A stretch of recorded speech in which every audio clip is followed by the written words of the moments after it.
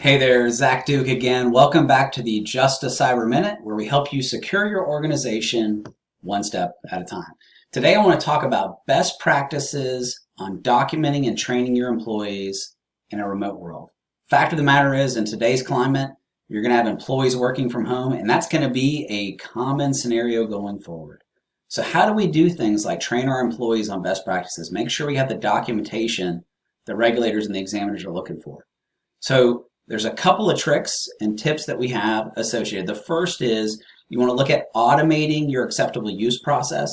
So your sign off for your acceptable use policy that you need to have every single employee sign when they start.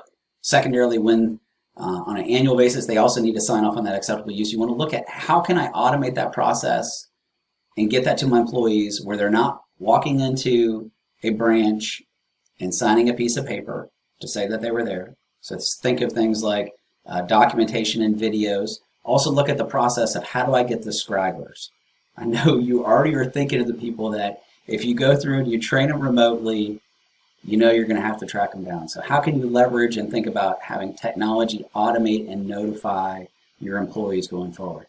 So there's a couple of things that I want to highlight that are key challenges in a remote training environment for your employees. Number one is acceptable use has to still be signed off annually. New employees need to be trained.